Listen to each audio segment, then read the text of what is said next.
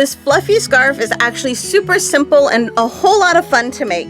It is worked from side to side, and we begin and end each row with a chain, and that means we're not going to have any ends to weave in, and it's going to create our fun little tassel-y or fringe ends on our scarf. This is actually the size medium here. In the pattern, I have you changing colors every other row. So you do two rows of one color, 2 rows of the next, and I have you only using 2 colors. When you're using 2 colors, if you change color every single row, you'll end up with kind of stripes. You'll have color A here, then color B, then A, then B. In this video, I'm actually going to use 3 colors, and I'm going to just rotate through the 3. So I'll go 1, 2, 3, 1, 2, 3, 1, 2, 3, or ABC, ABC, ABC. You need your yarn. So I have my 3 colors of yarn. You need 2 stitch markers. Your crochet hook, I have an L hook here, which is a 8mm. And then I'm also using some extra smaller stitch markers to help me with my counting. So I have these 2 kind of medium-sized pink stitch markers I'm going to use where the pattern tells me to use them, but I'm using these little guys in my first row of chains just to help me count, and I'll show you that fun little trick. I am making the smallest size, and for row 1 you begin by chaining 12. You don't need to leave a long tail. So I have my slip knot and I'm going to chain 12. And of course that number of chains is going to change depending on which size I'm making. Now I'm going to place my stitch marker and I just wrap it around the loop on my hook. And now I need to chain 140. So what I'm going to do here is I'm going to count to 20s, and every time I get to a 20, I'm going to put another small stitch marker to help me count to 140. And if I ever lose count, I can go back to the last marker and count from there. Okay, so I'm going to chain 20. There's 20, my first 20, and I'm going to put a stitch marker there. So I know that's 20, and then I'll count 20 more to get to 40 and 20 more to get to 60, and I'll keep on going, putting these stitch markers in every 20 stitches until I get to 140, and this is going to help me keep track, and if I get distracted or whatever, I only have to go back to the last marker. I know I said that I had to chain 140, but I was looking at the wrong size here, so good point here. Always make sure you double check which size you need, which size you're making, and for the child or toddler size, I actually only need to chain 116. So this little stitch marker here marked my 100th chain, and then I just chained 16 more. Once you get to that number, you place another marker. And this is one of the markers that's called for in the pattern, so I'm using one of that kind of the larger pink markers. And now I chain 12 again. 1. Okay, now I just need to fasten off. So what I do to fasten off is I actually just make one more chain and kind of pull it through a little bit. And just cut the loop, pull that out, and now I pinch right below that chain. You see there's still that, I can see that chain with the little piece sticking out, and I'm pinching really tight below that. I'm going to pull this tight to kind of make the knot, but because I pinched the stitch below it, I didn't end up pulling a whole bunch of stitches tight, only this very last one. Okay, now that I've done that, I'm just going to cut it about 1/4 inch away from the knot, and that will be my task. That is the end of row 1. Now we're ready to work into this chain that we just finished. And for the video, remember I'm changing colors every single row and just using 3 different colors. So here's my next color. I'm going to start with my slip knot, and I'm going to chain 12. Now I'm going to pick up my piece that I just finished, and I'm going to actually work into the bottom bumps of the chains. So here's the tops of the chains that makes this pretty little chain, right? And then on the bottom there are these little bumps. So I'm working into just the bottom bumps, and I'm starting by placing a single crochet in the stitch after the marked stitch. So here's my marked stitch right here. I'm actually going into the bottom bump of the next stitch and placing a single crochet. And then I'm going to keep on single crocheting into the bottom bump of every single stitch until I put my last single crochet into the very last marked stitch. Now I'm putting my last single crochet into the very last marked stitch. And now I have to chain 12 again. Then fasten off, so I just chain 1 more. Cut the loop, pull out the working thread, and then grab that little tail and pull it tight. Okay, and tail of the previous one has not been clipped yet either, so I'm just going to grab them both and clip them about 1/4 of an inch away from the knot.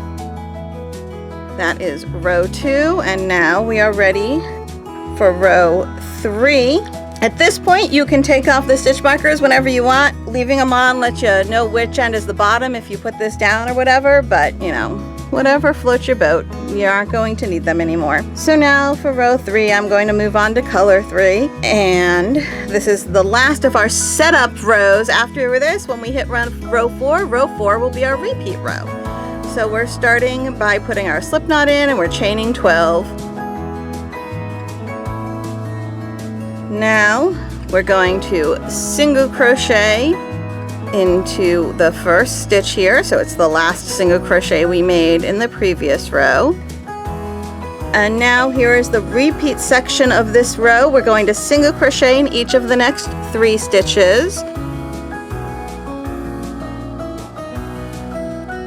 3, and then we're going to chain 3, skip 3.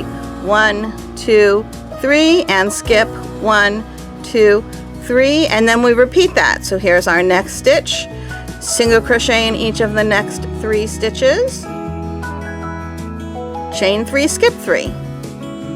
And keep on going all the way until there is just 1 stitch left that you can work into, not counting the chains. There'll just be 1 single crochet left.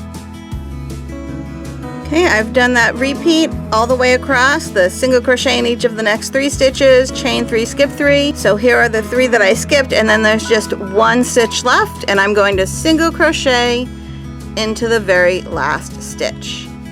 And now I'm chaining 12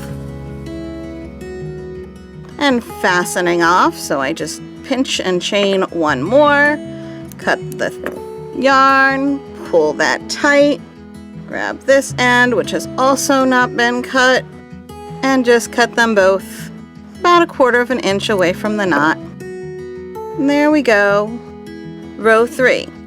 Now we'll move on to row 4, which is going to be our repeat row. Grab the end of our first color, since we're using 3 colors and changing every single row. There we go, slip knot and chain 12. Now we single crochet into this first single crochet. Now what we're going to do is double crochet over top of the chain 3. So we're going over the chains and into the skipped stitch below. And we're going to do that 3 times. So 1 in each of these 3 skipped stitches. And you can see we have 1, 2, 3 stitches we skipped. We're going to place 3 double crochet, 1 in each.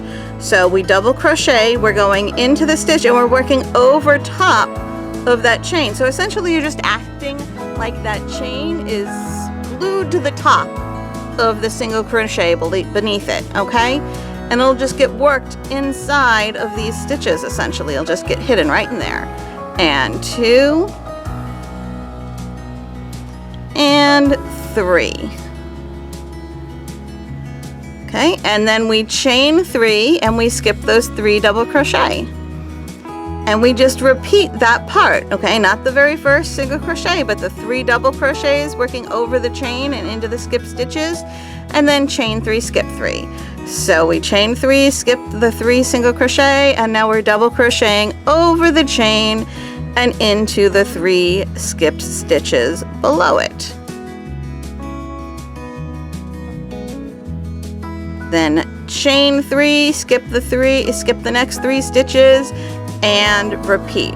We're going to do that all the way to the end. There will be 1 stitch left at the end.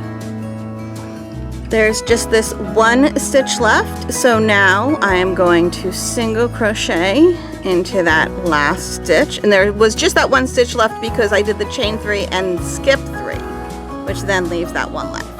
Now that I've single crocheted into that last stitch, I'm going to chain 12, fasten off by chaining 1 more, cutting that loop and pulling it tight, and then the chain before it still needs to be trimmed. So we'll trim both of those. there we have row 4, and we're going to repeat row 4 over and over as many times as your pattern says. I've completed the 17 rows for the child size scarf, and now it's time to do the finishing row. For the finishing row, we're just going to start off with the slip knot again and the 12 chain stitches.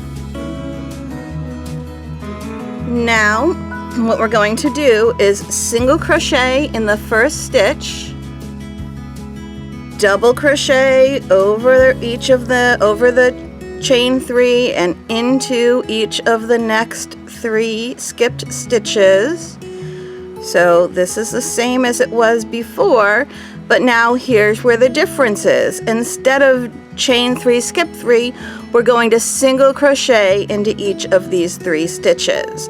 We're going to repeat that across. So that's the only difference with this row from the other repeat rows, is instead of the chain 3, skip 3, we're single crocheting in the top of these stitches. Now we have that 1 stitch left. We're just going to single crochet into the last stitch and then do our chain 12 and then fasten that off.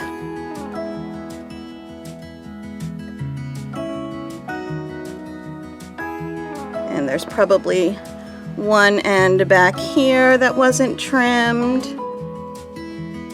Okay, and that is all it takes to finish the scarf. And of course, if you still have all of your stitch markers on it, you'll want to take those off. So there you go. Here is your fun little, see, totally reversible, and this is the child size little fluffy scarf.